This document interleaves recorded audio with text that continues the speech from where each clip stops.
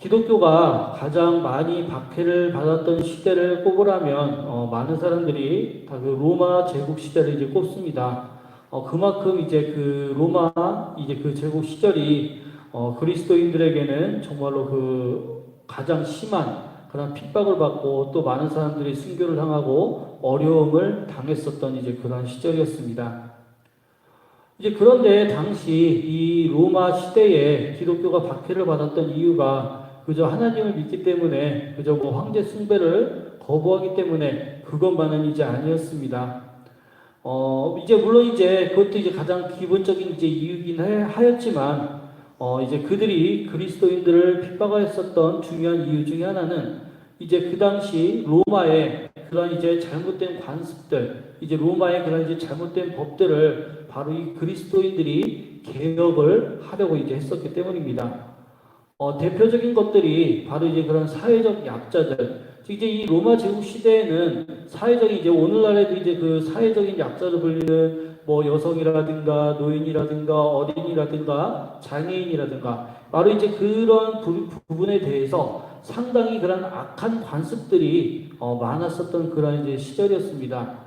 그래서 이제 특히 어린 여자아이들 같은 경우에는 로마 시대에는 그 어린 여자아이들이 12살이 되면은 시집을 가야 됐었어요. 그러니까 12살이 되면은 대부분의 여자아이들은 무조건 시집을 가야 되던 그런 이제 시절이었습니다.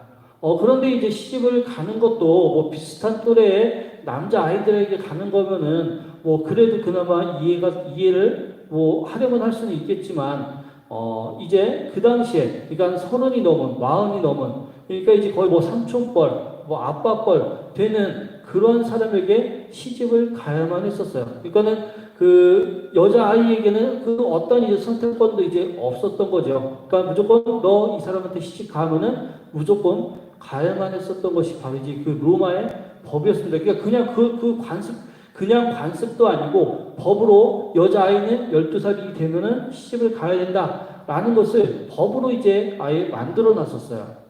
그리고 이제 또 하나는 그렇게 이제 시집을 가서 잘 그냥 살고 그냥 하면 좋은데 이제 또 하나의 문제는 이제 만약에 시집을 가서 남편이 먼저 죽고 과부가 되면은 이제 무조건 과부가 된 지 2년 안에 재혼을 또 해야만 했었습니다. 그러니까 2년 안에 또 재혼을 하지 않으면은 또 처벌을 받게 돼요. 법으로 이제 만약에 여자가 과부가 되면 2년 안에 재혼을 해야 되고 그렇지 않으면 처벌을 받는다. 그것도 역시 이제 법으로 딱 이제 정해져 있어서 뭐 재혼을 하고 싶지 않아도 또 재혼을 해야 되는 이제 그것이 바로 이제 그 당시에 로마의 법이었습니다.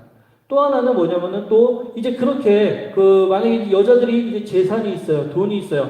그러니까는 결혼을 해서 남편이 먼저 죽고 이제 그 집안에 어떤 이제 재산이 이제 자식도 없고 그래서 이제 그 여자에게 재산이 가면은 2년 후에 이제 그 재혼을 하죠. 그러면은 재혼을 하게 되면은 그 여자의 모든 재산은 다시 재혼한 남편의 것이 되는 게 바로 이제 그 당시 로마의 법이었습니다. 그러니까는 여자는 어떻게 해서든 재산을 가질 수가 없었던 것이죠. 즉 이제 결혼을 해서 남편이 아무리 많은 재산을 남겨놓고 먼저 세상을 떠났다고 하더라도 혼자서 그냥 수절하면서 이제 살 수 있었던 것이 아니라 무조건 2년 안에 재혼을 해야 되고 또 재혼한 남편에게 그 모든 재산을 갖다 바쳐야 되는 것이 그 당시 로마의 그런 이제 법규이었습니다. 이제 또 그것뿐만이 아니었어요. 또 이제 또 그렇게 아이를 이제 그러니까 그 여자가 임신하고 아이를 낳게 되었을 때 만약에 그 여자가 그러니까 그 태어난 아기가 여자아이로 태어나면은 그 여자아이를 남자가 그러니까 이제 그 남편이 알아서 처리를 할 수가 있었어요. 그러니까는 그 만약에 이제 여자아이라면은 이제 그 여자아이를 그냥 남편이 갖다 버리라고 하면은 무조건 갖다 버려야 됐었던 것이죠. 즉 이제 남자아이를 이제 원하는 남자가 있으면은 남자아이면은 그냥 키우지만 여자아이면은 그냥 나는 딸을 원치 않아 갖다 버려 하면은 또 갖다 버려야 됐었어요. 그것이 또 법으로 그렇게 규정이 되어 있어서 그렇게 갖다 버리더라도 처벌을 받지 않는 것이 또 로마의 법이었었습니다. 그러니까 요즘 우리의 시선으로 생각하면은 상당히 악법이고 잘못된 법이었었던 것이죠.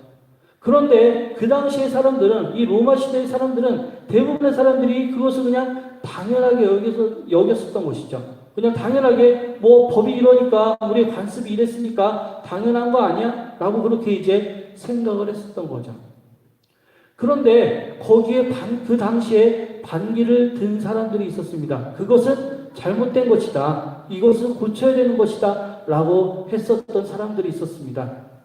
그래서 그 사람들은 그런 여자들이 이제 보호를 해줬어요. 그래서 이제 자기들 공동체 안에서 들어오는 사람들은 이제 그렇게 꼭 12살이 되어서 일찍 시집가지 않아도 되고, 이제 또 가령 이제 결혼을 해서 가부가 돼서도 또 다시 재혼하지 않아도 되고, 그 모든 것들을 이제 선택권을 준 것이죠. 공평하게 해줬습니다. 그리고 이제, 그 당시 여자들은 그렇게 재산을 이제 가질 수 없었지만은 여자들도 똑같이 재산을 가질 수 있게끔 해 주었어요.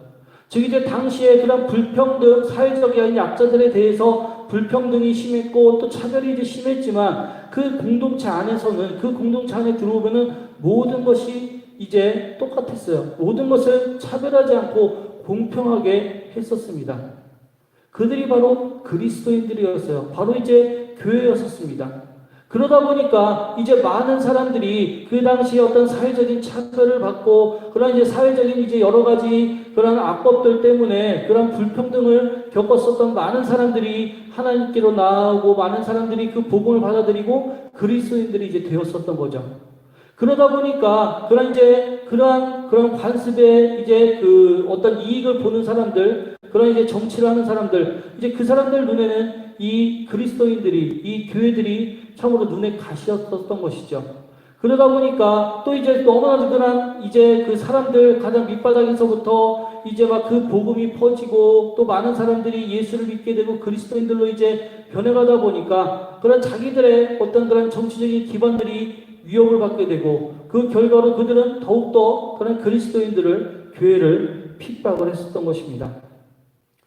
이제 그들이 이제 그 당시 이 그리스도인들이 그런 사회적인 핍박, 참으로 그런 이제 환난, 그런 모든 것들을 무릅쓰고 그럼에도 불구하고 그들이 믿음을 지켰었던 이유는, 복음을 지켰었던 이유는 그들은 세상에 어떤 법을 바라보지 않았기 때문입니다. 즉 이제 지금 살고 있는 어떤 로마의 법을 바라보고 자기들을 이제 핍박하는 그런 사람들을 바라본 것이 아니라, 비록 지금 이 세상에서는 환난이 있다 할지라도, 이 세상에서 핍박이 있다 할지라도, 이 세상에서는 어려움이 있다 할지라도 바로 미래에 있는 하나님의 나라를 소망했었기 때문이죠.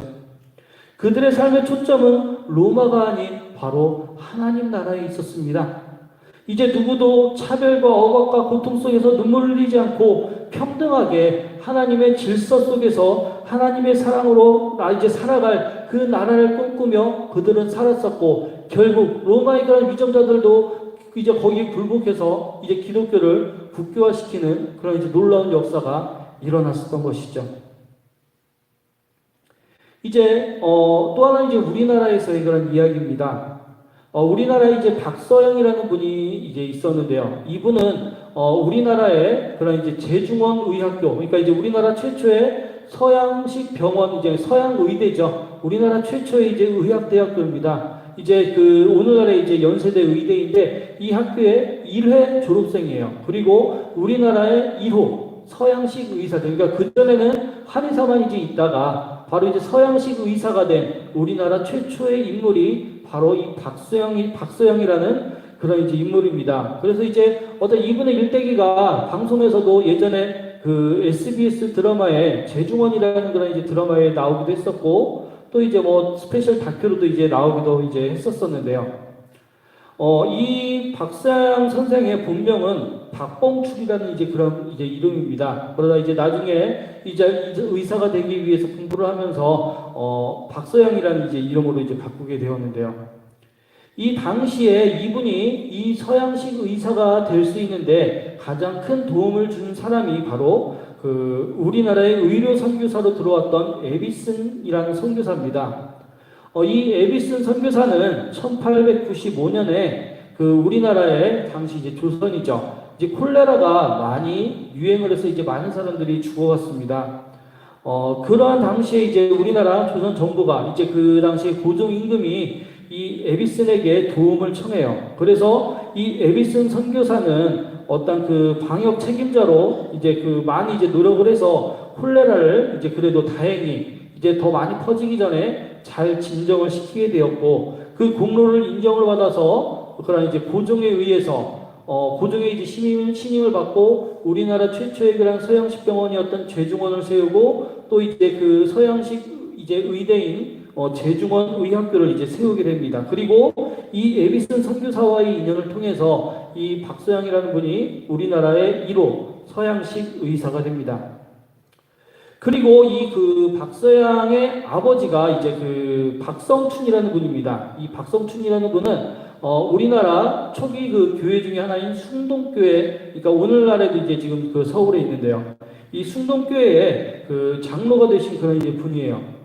그래서 이제 이분은 그 옛날에 이제 구한말 조선시대 때 그 독립협회가 일반 대중들을 이제 그 계몽하고, 그러니까 나라를 개혁하고 어떻게 해야지 나라가 더 발전할 수 있는지 성장할 수 있는지에 대해서 이제 사람들을 모아놓고 연설을 하며 그들에게 이제 가르침을 주는 그런 이제 그 만민공동회라는 이제 집회가 있었는데, 이곳에서 시민 대표로서 이제 연설을 했었던 그런 이제 사람입니다. 그렇게 이제 나라의 개혁 발전을 위해 이제 많은 노력을 기울인 인물이에요. 그리고 이제 그런 공로를 통해서, 그런 공로가 이제 오늘날에도 인정이 돼서 그 학생들이 이제 교과서에도 실려 있는 분이 이 박성춘 장로님입니다. 이제 그 아버지는 교회의 장로이자 그 나라의 개혁과 발전을 위해 이제 노력을 기울이신 분이고, 또 이제 그 아들은 이제 또 우리나라의 그런 이제 서양식 의대 1호 졸업생이자 또 1호 서양 이제 의사가 되었습니다. 이렇게만 보면은 전부 두 부자는 정말 그 좋은 가문의 출신이고 정말 엘리트 집안의 어떤 이제 가족 같아 이제 보이지만, 사실 이 두 분은 천민 출신이었어요. 백정 출신이었습니다. 이제 그 당시에 그 가보개혁을 통해서 법적으로는 이제 신분제가 이제 폐지가 되죠. 법적으로는 신분제가 폐지가 되었지만 워낙 오랜 기간 동안 몇백 년 동안을 이제 신분제 사회로 살아왔었던 나라이다 보니, 뭐 신분제가 법적으로 폐지가 됐다고 하더라도, 또 신분제가 법적으로 폐지가 됐다 또 요즘처럼 뭐 미디어가 발달해서 전국 방방곳곳에 신분제가 폐지되었다라는 것이 바로바로 또 소식이 이제 뭐 그 전해지는 그런 때도 이제 아니었었죠. 신분제가 폐지가 되었어도 신분제가 폐지된지 모르는 이제 사람들이 이제 많았었던 그런 시절이었고, 또 폐지가 되든 말든 사람들 마음속에는 그 신분제라는 것이 꽁꽁 이제 그 어떤 뿌리박혀 있기 때문에 이 신분제라는 게 쉽사리 사라지지를 않던 시절이었죠. 그러한 시절에 백정 출신으로서 그러한 일들을 한다는 것 자체가 정말 놀라운 그런 이제 하나님의 은혜와 같은 그런 이제 일이었습니다. 백정은 이제 그 당시에 조선시대는 이제 신분이 뭐 크게 이제 네 계급으로 이제 나눴었죠. 그리고 그 중에서 가장 아래 계급이 이제 천민이었습니다. 그리고 그 천민들 중에서도 또 등급이 있었어요. 천민들 중에서도 그래도 이제 노비들은 그나마 이제, 왜냐면 노비는 이제 사고 팔 수 있는 그 물건과 같은 이제 값어치가 있는 그런 이제 천민이었기 때문에 그나마 천민들 중에서도 좀 이제 높은 그런 이제 지위 등급에 있었어요. 하지만 이 백정 같은 경우에는 천민들 중에서도 가장 낮은 그런 이제 등급에 있는 천민이었습니다. 그래서 이제 뭐 조선 초중기만 하더라도 이 백정 같은 경우에는 외국에서 이제 온 그런 이제 외국인들이 뭐 많이 한다거나 그렇게 이제 어쨌든 다른 도리에서 인정을 받지 못하던 그런 이제 가장 하층의 천민이었었던 거죠. 자, 그렇게 한마디로 사람 취급도 제대로 받지 못하던 그런 사람들이 교회의 장로가 되고 우리나라 최초의 의사가 되었습니다. 이것은 정말 하나님께서 행하시지 않으면은 할 수 없었던 엄청난 변화가 이 조선시대에 찾아온 것이죠. 이 박성춘, 박서양 이 그 두 분 부자가 처음에는 서울에 있는 관자골 교회라는 이제 교회에 그 출석을 하고 있었을 때입니다. 그런데 이제 당시에 그 양반이었던 그런 교인들이 이제 그것을 이제 싫어했었던 것이죠. 이제 신분제 사회에 그런 이제 딱 그 관습에 딱 뿌리박혀 있는 사람들이다 보니까 우리가 어떻게 백정들과 같은 교회에 다닐 수 있느냐 하면서 백정인 이 박성춘, 박서양 부자를 내보내라고 그 당시 이제 선교사에게 요구를 해요. 하지만 그 당시 이 무어 선교사라는 분인데 이분은 절대로 안 된다라고 그것을 이제 요구를 받아주지 않습니다. 그래서 이제 나는 양반이냐는 그런 이제 사람들은 다른 교회로 이제 또 뿔뿔이 흩어져 버리게 됐죠. 그래서 이제 박성춘은 백성이 자신을 차별하지 않고 이제 똑같이 다른 사람들과 평등하게 자신을 인정해준 교회를 위해서 또 무호 선교사를 위해서 더 열심히 이제 전도를 합니다. 더 열심히 전도를 해서 이제 주변에 그런 백정 마을들을 이제 다 찾아다니면서 이제 전도를 하는 것이죠. 너희들 교회에 나와봐라. 너희들 하나님을 믿어봐라. 하나님을 믿게 되면은 정말로 그런 이제 어떤 그 지위의 차별도 없이 모두를 공평하게 사랑하고 정말 하나님께서 공평하게 모두를 사랑해 주신다. 너희들 교회에 나와서 하나님을 믿게 되면 하나님 나라의 백성이 되게 되면 정말로 너희들 평등하게 이제 자유를 누릴 수 있다. 라고 그렇게 이제 복음을 전하였던 것이죠. 그리고 이제 박성춘의 그런 전도를 말미암아서 이제 많은 그런 이제 백정들이 그 교회에 나오게 되고 사람들이 그래서 백정들이 이제 백정들로 가득하다고 해서 백정교회라는 그런 이제 별칭까지 붙었다고 합니다. 그리고 이제 그 교회에서 다 이제 그 인원을 수용할 수 없다 보니까 다른 곳에 또 다른 교회를 세우고 그곳에서도 또 많은 사람들이 예수를 믿게 되었었다라고 합니다. 이 박성춘이라는 분이, 그러니까 이 박서양 선생이 이제 의사가 되었었던 것은 바로 그 아버지였던 박성춘 선생이 이에 전도를 하다가 1894년에 우리나라에 콜레라가 유행을 했을 때 이제 콜레라에 이제 걸리게 되었어요. 콜레라에 이제 걸리게 되었는데 이제 백정이다 보니까 누가 신경을 쓰겠어요. 이제 평소에도 사람 취급을 받지 못하는데 하물며 병에 걸려서 거의 다 죽어가는 그런 이제 백정이다 보니까 사람들이 신경도 쓰지 않죠. 자, 그런데 이제 이 박서양 선생이 이 무호 선교를 찾아가서 제발 자기 아버지를 살게끔 해달라고, 살려달라고 이제 그렇게 간곡히 기도를 해요. 간곡히 바로 이제 부탁을 합니다. 그래서 이 무호 선교사가 에비슨 선교사를 연결해서 이제 바로 이 박성춘 장로님을 이제 치료를 이제 해주게 되죠. 그리고 그 일을 통해서 이제 박성춘 장로님은 이제 더욱더 하나님 나라의 복음을 사람들에게 전하는 일에 헌신을 하게 되고요. 또 이 박서영 선생은 또 당시에 이제 백정이다 보니까 이 의사가 되는 길이 막혀 있었어요. 의대에 진학을 할 수가 없었어요. 하지만 이제 에비슨 선교사가 이제 고종에게 이제 부탁을 해서 워낙에 이제 이 고종이 에비슨 선교사를 신뢰를 하여서 그런 이제 에비슨 선교사가 서사를 또 이제 부탁을 받고 이 박서영 선생의 그런 백정의 신분을 바꿔줍니다. 이제 면천을 시켜주게 되죠. 그래서 비록 이제 백정 출신이었지만 정말로 그 당시에는 엄청난 일이었죠. 엄청난 그런 사회 개혁이었습니다. 변화였습니다. 사람들은 천지가 개벽할 만한 그런 이제 일이었었던 것이죠. 하지만 그렇게 박서영 선생은 의사가 되었고 의사가 된 후에 또 이제 학생들을 가르치고 또 사람들을 치료하고 또 곳곳에 교회를 세우기도 하고 또 이제 만주로 건너가서 우리나라의 그런 독립운동을 위해 헌신을 하기도 하는 등 바로 이제 그런 하나님께 받은 은혜를 이제 또 자기만 갖고 있던 것이 아니라 사람들에게 전하는 그런 하나님 나라의 일꾼이 되었었습니다. 이렇듯 복음은 선한 열매를 우리에게 가져다 줍니다. 이렇게 복음의 선한 열매를 맺게 되면 세상은 아름답게 변할 수가 있습니다.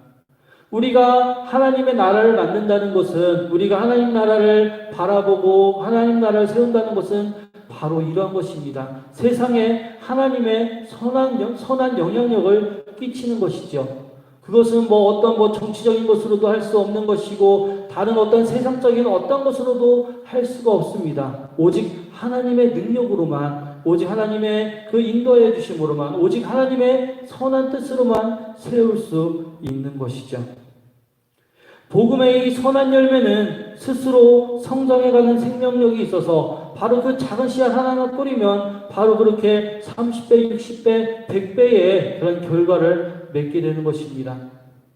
로마 시대 모진 핍박과 고난 속에서도 복음의 씨앗이 사그러들지 않고 참으로 오히려 더 많은 그런 복음의 부흥이 일어났었던 것은 바로 그 당시 그런 수많은 그리스도인들이 참으로 하나님 나라의 질서를 사모하였고 하나님의 뜻이 무엇인지 하나님의 선하신 뜻을 이제 세상에 널리 퍼졌기 때문입니다. 우리나라 선교척이 이제 들어왔던 이제 선교사들이 처음에 우리나라에 참 복음 전파가 안 돼서 너무나도 많은 이제 고심을 했었습니다. 너무나도 많은 이제 고민을 했었죠. 그러다가 어느 날 이제 이들이 철저하게 하나님 앞에 회개하기 시작을 합니다. 그동안에는 자기들이 이 조선의 이 한국 땅에 이제 선교를 하러 들어와서 동양 사람이 있기 때문에 무시하고 이제 자기들과 피부가 다르다고 이제 무시하고 어떤 그런 생각을 가지면서 이제 선교를 했었는데 또 그렇게 생각하면서 선교를 하다 보니 그런 교만한 마음으로 이제 선교를 하다 보니 정말 선교가 제대로 되지 않았는데 이제 그것을 반성을 했었던 것이죠. 하나님 앞에 철저하게 회개를 합니다. 철저하게 내려놓고 자신들을 변화를 시켜요. 내가 하나님 제가 이러이러한 잘못을 했습니다. 하나님 제가 이렇게 그동안에 사역을 했었는데 하나님 제가 철저하게 반성을 합니다. 그렇게 선교사들이 하나님 앞에 먼저 무릎 꿇고 회개하면서 변화가 되어오자 수많은 사람들이 선교사들의 그런 모습들을 보고 같이 변화가 되기 시작을 합니다. 그리고 참으로 복음의 불길이 그런 평양 대부흥, 원산 대부흥이라고 이제 일컬어지는 그런 우리나라의 그런 이제 부흥 운동들이 바로 그렇게 변화를 통해서 하나님의 선한 영향력을 통해서 이루어졌었던 것이죠. 우리가 복음을 듣고 복음을 믿고 복음대로 살면 그 하나님의 능력이 우리가 하나님의 질서 가운데서 하나님 나라의 질서를 알게 해주고 그 질서대로 사는 법을 깨닫게 해줍니다. 그리고 하나님께서 기뻐하시는 하나님 나라의 백성으로 살아갈 수 있게끔 해주는 것이죠. 오늘 본문이 나오는 이 골로새서에서도 그 부분에 대해서 이제 이야기를 합니다. 이제 네 가지로 이제 나눠서 이제 이야기를 하는데요. 우리가 하나님 나라의 질서를 알게 되고 그 복음으로 인해 열매를 맺게 되면 첫 번째로 모든 선한 일에 결실을 맺게끔 해줍니다. 즉 우리가 행하는 그런 모든 그런 하나님의 선한 일들이 좋은 열매를 맺게 해준다는 것이죠. 그리고 두 번째로 하나님을 아는 일에 성장을 시켜줘요. 우리가 아무리 좋은 일을 해도 아무리 우리가 많은 생각을 해도 우리가 하나님의 뜻을 제대로 알지 못하면 하나님께서 무엇을 원하시는지 하나님께서 무엇을 바라시는지를 제대로 알지 못하면 하나님의 뜻대로 행하는 것을 우리가 할 수가 없죠. 그렇기 때문에 우리가 하나님의 뜻을 잘 알아야 됩니다. 잘 깨달아야 돼요. 바로 그러한 일에 성장을 할 수 있게 된다는 것이죠. 그리고 세 번째로 잘 참고 견딜 수 있도록 하나님의 능력으로 우리를 강건하게 하여 줍니다. 즉 이제 우리가 하나님 나라를 위해서 일을 하게 되면 하나님의 영광을 위해서 일을 하게 되면 참으로 힘들고 어려운 일들이 찾아옵니다. 참으로 그런 일들이 있을 때 우리가 하나님의 능력이 아니면 쓰러질 수밖에 없어요. 하나님의 능력이 아니면 포기할 수밖에 없습니다.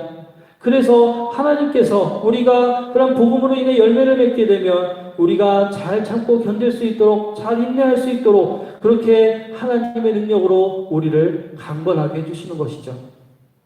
그리고 네 번째로 우리가 하나님 나라에서 성도로서 상속받을 자격을 하나님께서 허락하여 주십니다. 그리고 그 하나님께 우리가 감사할 수 있도록 한다라는 것이죠. 오늘날처럼 혼돈과 불신의 시대에 우리 그리스도인들은 확실하고 확고한 가치관을 가져야 됩니다. 그리고 그 가치관의 기준은 이제 그 가치관의 기준을 우리가 잘 잡아야 그 가치관의 기준을 상실하고 혼돈의 시대를 살아가는 사람들에게 분명한 하나님 나라의 가치관을 이야기를 해줄 수가 있습니다. 우리가 흔히 하는 말이 목소리 큰 사람이 이긴다라는 그런 이제 말이죠. 목소리 큰 사람이 이기는 것이 아니라 복음의 열매가 이겨야 합니다. 골로새서는 바로 이러한 일에 명확한 답을 줍니다. 왜 하나님 나라인지, 그리고 왜 예수 그리스도만을 믿어야 되는지, 그리고 왜 예수 그리스도만이 참된 길인지를 이 골로새서는 우리에게 분명히 말씀해주고 있습니다. 골로새서 2장 3절과 4절에 보면 그 안에는 지혜와 지식의 모든 보화가 감추어 있느니라. 내가 이것을 말하면 아무도 교미한 말로 너희를 속이지 못하게 하려 함이니 라고 하고 있고요. 또 2장 8절에서는 누가 철학과 헛된 속임수로 너희를 사로잡을까 주의하라. 이것이 사람의 전통과 세상의 초등학문을 따름이요 그리스도를 따름이 아니니라 라고 말씀을 합니다. 선지자 노릇을 못해도 괜찮습니다. 귀신을 쫓아내지 못한다 해도 괜찮습니다. 내가 예수 믿고 어떤 권능이나 이적이 없어도 방언 기도를 하지 못해도 괜찮습니다. 중요한 것은 우리가 하나님의 뜻대로 살아가느냐, 하나님의 방식대로 살아가고 있느냐입니다. 아무리 선지자 노릇을 하고 아무리 귀신을 내쫓고 권능을 행하고 또 모든 사람의 시선을 한 몸에 받는 인기인이 된다 할지라도 그것이 하나님의 뜻과 상관없는 일이라면 그것은 하나님의 책망 가운데 있는 일입니다. 그리고 그것은 안 하는 이만 못한 일이 되는 것이죠. 하나님 나라는 복음입니다. 복음은 좋은 소식이죠. 그리고 소식이라는 것은 다른 이들에게 전달되는 것입니다. 전달하지 않고 숨겨두는 것은 비밀이지 소식이 아닙니다. 그렇기 때문에 모든 복음은 드러나 있는 것입니다. 마치 하나님의 말씀이 엄청난 비밀인 것처럼 막 엄청난 이제 비밀이 숨겨 있고 엄청나게 막 사람들이 모르는 것들을 나만 알고 있고 다른 사람들은 모르는 바로 이제 그런 것들을 이제 이야기한다라면은 그것은 가짜입니다. 하나님은 모든 사람이 이해할 수 있도록 모든 사람이 하나님께서 원하시는 것이 무엇인지 하나님께서 우리에게 무엇을 하실 것인지를 다 말씀해주고 계십니다. 그래서 하나님께서는 성경에서도 모든 사람이 알 수 있는 비밀이라고 그렇게 해서 이제 말씀을 하셨습니다. 그렇게 우리는 언제나 항상 복음 안에서 살아야 됩니다. 그리고 그 복음은 우리가 교회 안에서뿐만이 아니라 교회 밖에서도 복음의 열매를 맺어야 됩니다. 복음은 교회 안, 그러니까 이미 복음을 듣고 그 복음을 받아들여서 구원의 확신을 얻은 사람보다 아직 교회 밖에서 복음을 받아들이지 못한 사람들에게 더 중요하고 필요합니다. 그렇기 때문에 우리는 복음을 들고 세상에서 그 복음을 전해야 됩니다. 특히 요즘 같은 좀으로 더욱더 복음을 전하기 어려운 그런 시대에 우리가 이제 위축된다거나 그렇게 할 필요는 없습니다. 왜냐하면 우리가 복음을 전하는 일은 또 변화가 될 수가 있기 때문입니다. 즉 복음을 전하는 방법만 변화될 뿐 복음을 전하는 일은 모든 일들은 다 똑같다라는 것입니다. 회개하고 반성하고 노력해야 됩니다. 그리고 복음을 부끄러워하지 않고 담대히 그 복음을 더욱더 전할 수 있어야 됩니다. 나의 복음을 전하는 것이 아닌 하나님의 복음을 전해야 됩니다. 그래야 올바른 하나님의 열매가 맺어질 수 있으며 올바른 하나님 나라의 진리가 사람들에게 전해질 수 있는 것입니다. 지금의 우리의 모습이 아무리 약하고 작아 보인다 할지라도 하나님께서는 또한 지금의 우리들을 통해서 하나님의 나라가 계속 선포되어지기를 원하십니다. 그렇기 때문에 우리는 역시 쉬지 않고 하나님의 나라를 전파할 수 있도록 또한 우리는 최선의 노력을 하여야 할 것입니다.